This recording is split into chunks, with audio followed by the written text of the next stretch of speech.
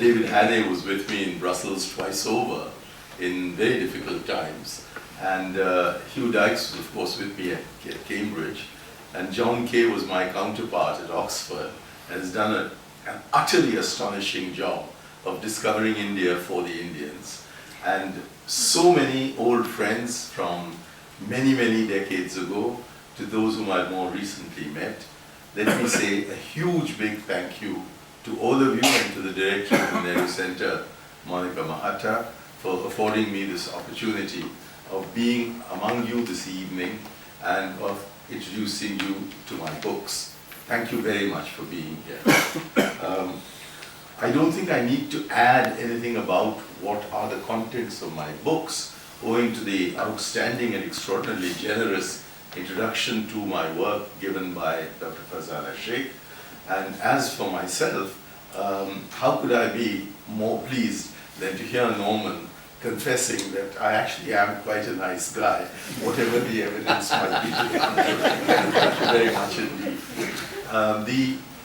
What I would like to confine my remarks to today is a very brief overview of what I think are the four major themes of our contemporary nationhood.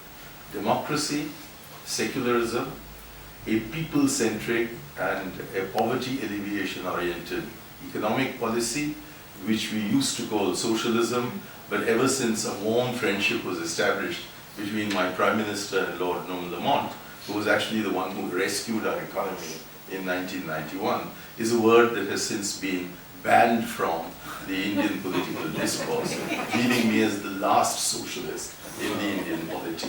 And finally, our foreign policy, non-alignment as a general orientation of that policy, and in particular, the application of certain fundamental principles of our nationhood to our relationship with Pakistan.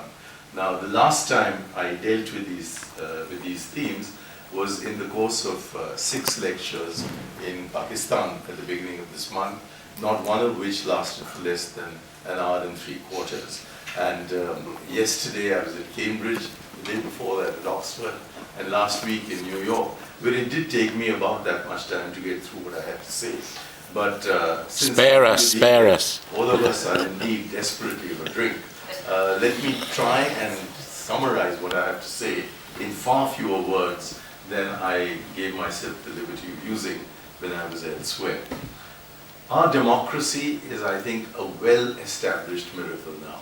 So much of a miracle that it's ceased to be one and become somewhat banal. We know that India is the world's largest democracy, and we have succeeded in preserving it, even through the emergency, over the last 63 years. And I would imagine that almost anybody would bet that into an indefinite future, we will continue to be a democracy.